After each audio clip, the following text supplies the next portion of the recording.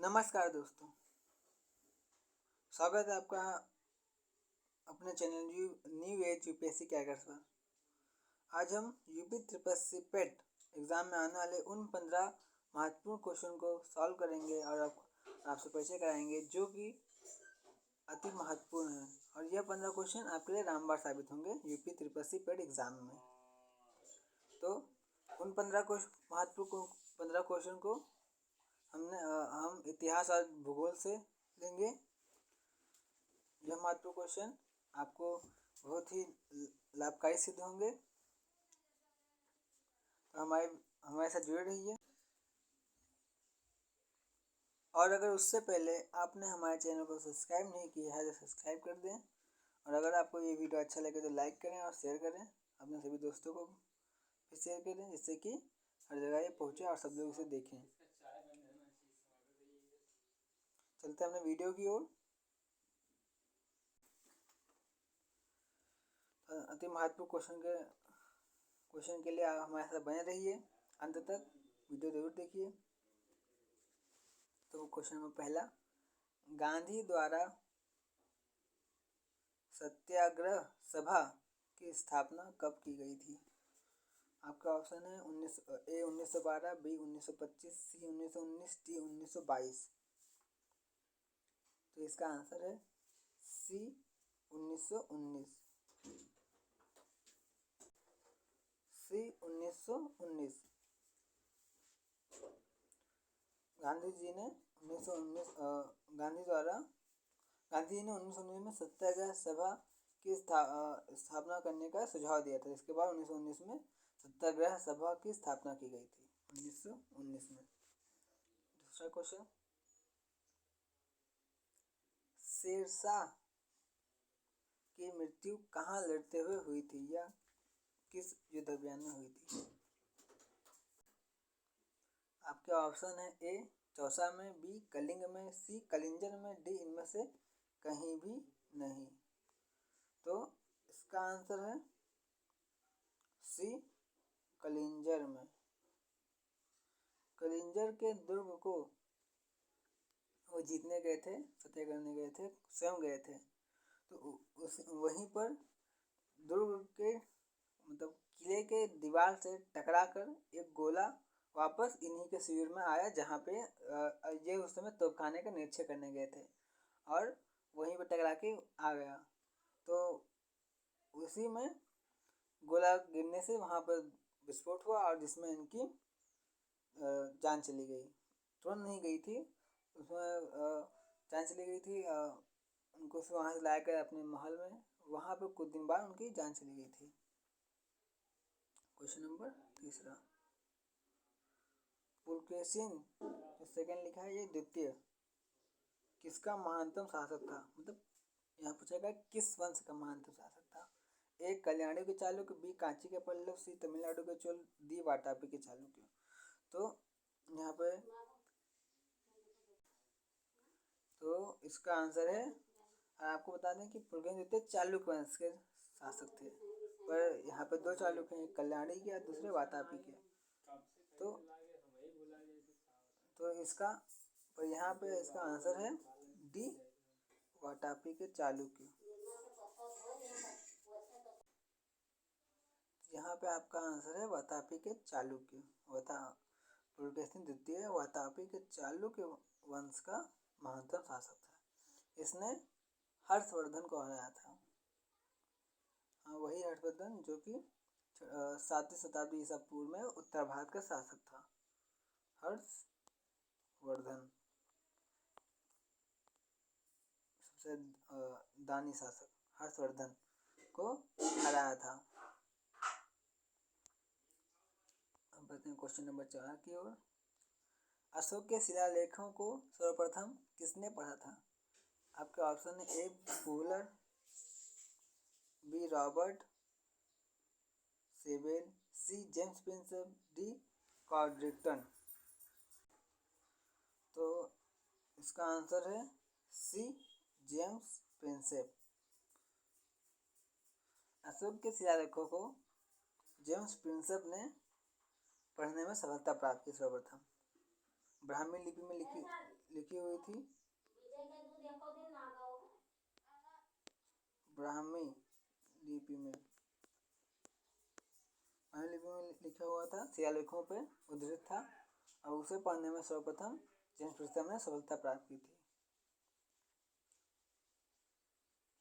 Question number 5, निम्नलिखित में कौन सी वह ब्रह्मवादिनी थी जिसने कुछ वेद मंत्रों की रचना की थी? तो वैदिक साहित्य में, वैदिक काल में अनेक बहुत सी ऐसी ब्रह्मवादिनी विदुषी महिलाएं थी जिन्होंने वेद मंत्रों की रचना की थी। और यहाँ पे आपको इन चारों में चुनना है। आपके ऑप्शन है ए लोपामुद्रा, बी गार्गी, सी लीलावती, डी सावित्री। तो गार्गी का भी आपने नाम सुना होगा, विदुषी महिलाएं थी, बट यहाँ पे ब्रह्मवादिनी थी जिसने कुछ वेद मंत्रों की रचना की थी। तो यहाँ पे आपका आंसर है answer number A, option number A Lopamudra. Lopamudra महर्षि अगस्त्य की पत्नी थी, इन्होंने वेद मंत्रों की रचना की थी। यहाँ पे आपका आंसर लोपामुद्रा हुआ। क्वेश्चन नंबर 6 की ओर बढ़ते हैं। आई होप आपको समझ में आ रहा होगा सब कुछ। क्वेश्चन नंबर 6, खानवा के युद्ध में बाबर द्वारा पराजित किया जाने वाला राजपूत राजा था। आपका ऑप्शन है ए राणा सांगा, बी रुद्रदेव, सी उदय सिंह, डी राणा प्रताप सिंह। तो इसका आंसर है ए राणा सांगा। मेवाड़ के राजा राणा सांगा थे जिन्हें खानवा के युद्ध में बाबर ने हराया था 1527 में। खानवा के युद्ध में बाबर ने राणा सांगा को हराया था और इसी युद्ध में उसने जिहाद, इसमें कुछ ज़्यादा प्रचलित है, जिहाद का नारा दिया था। क्वेश्चन नंबर 7, नवजवान भारत सभा किसने स्थापित की थी? A BC Pal, B G Subramaniam Iyer, C Sardar Bhagat Singh, D Rukmini Lakshmipathi. तो आपके आंसर है इसमें सी सरदार भगत सिंह। नवजवान भारत सभा की स्थापना सरदार भगत सिंह ने की थी 1926 में। 1926 में। क्वेश्चन नंबर 8, निम्न में से किसने अंग्रेजों के विरुद्ध 1857 के संघर्ष में भाग नहीं लिया था? आपके ऑप्शन है ए तात्या टोपे, बी टीपू सुल्तान, सी रानी लक्ष्मीबाई, डी नाना साहब। तो यहाँ पे ध्यान देने चीज़ ये है कि भाग यहाँ पूछा है किसने संघर्ष में भाग नहीं लिया था। क्योंकि टाटा टोपे रानी लक्ष्मीबाई जी के साथ थे तो इन्होंने भाग लिया था। नाना साहब कानपुर से इन्होंने भाग लिया था, बट टीपू सुल्तान ने भाग नहीं लिया था। तो यहाँ पे आपका आंसर हुआ बी टीपू सुल्तान, क्योंकि इन्होंने भाग नहीं लिया था। इनका संबंध, यह मैसूर के शासक थे, मैसूर के।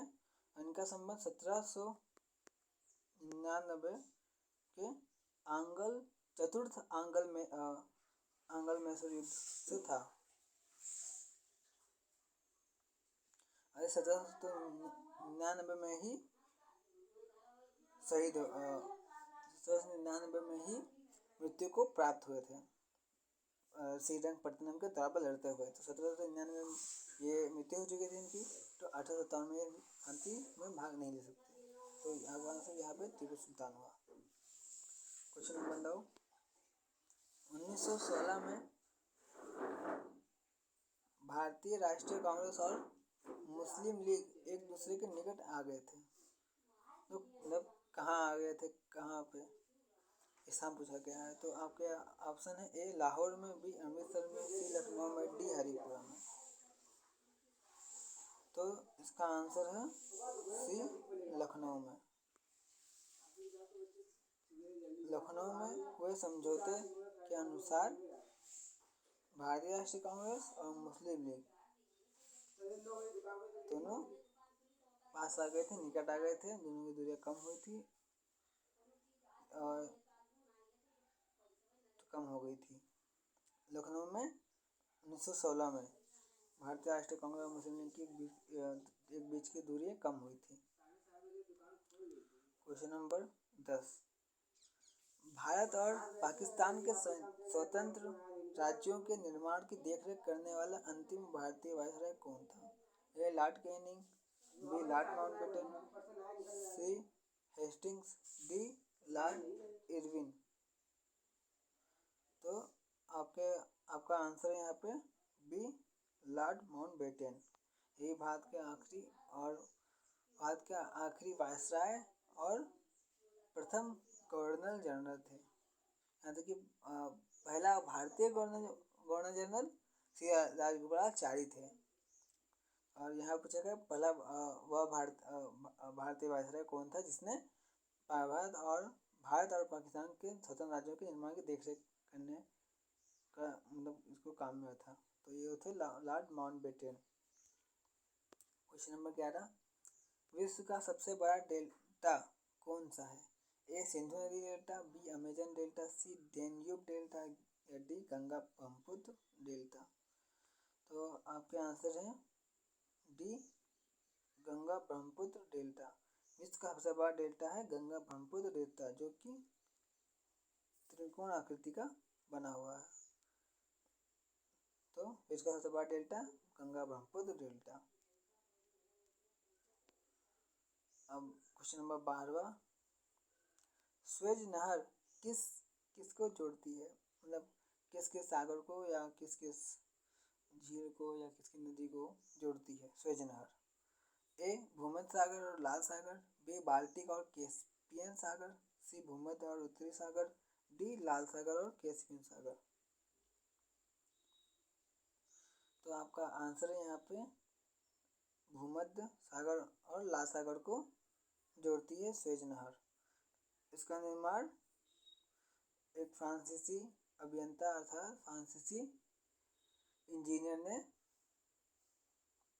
उसका नाम फ्रांसीसी इंजीनियर ने किया था। तो यहाँ पे आपको यह जानना आवश्यक है स्वेज नहर का निर्माण 1869 में शुरू किया गया था निर्माण करना, क्योंकि एक फ्रांसीसी अभियंता फर्डिनेंड डी लेप्सेस ने बनाया था और 1869 में बनकर तैयार हुआ था। ये 1859 में शुरू हुआ था, 18 बनकर तैयार हुआ था, जो कि भूमध्य सागर और लाल सागर को जोड़ती है।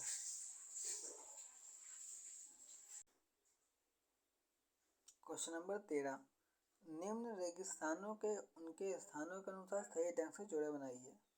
यहाँ आपको रेगिस्तान दिए हुए हैं, यहाँ उनके स्थान। तो कौन सा रेगिस्तान कहाँ है यहाँ को बताना है। ए है कालाहारी, बी अटाकामा, सी थार, डी गिर विक्टोरिया। और इधर है एक दक्षिण अफ्रीका, दूसरा ऑस्ट्रेलिया, तीसरा अफ्रीका, चौथा एशिया। तो यहाँ हम मिलान कर लेते हैं। तो कालाहारी रेगिस्तान अफ्रीका में है, बी अटाकामा, तो अटाकामा रेगिस्तान दक्षिण अमेरिका में है, थार ये अपने एशिया में है, और ग्रेट विक्टोरिया ये ऑस्ट्रेलिया में है। तो यहाँ आपका युग्म बना A3B1 अटाकामा दक्षिण अमेरिका, सी थार चौथे पे एशिया, डी दूसरे पे है ऑस्ट्रेलिया से। तो A3B1C4D2 देखते हैं आपके ऑप्शन किसमें है। आपके ऑप्शन यहाँ दे रखे हैं ए A2 B3 C1 D4, B A4 B3 C2 D1, C A3 B2 C1 D4, D A3 B1 C4 D2। तो आपका आंसर यहाँ पे ऑप्शन नंबर डी होगा, A3 B1 C4 D2। पढ़ते हैं क्वेश्चन नंबर 14 की ओर। वायु में किसकी मात्रा सर्वाधिक होती है? A oxygen, B carbon dioxide, C nitrogen, D argon. तो इसका आंसर है सी नाइट्रोजन।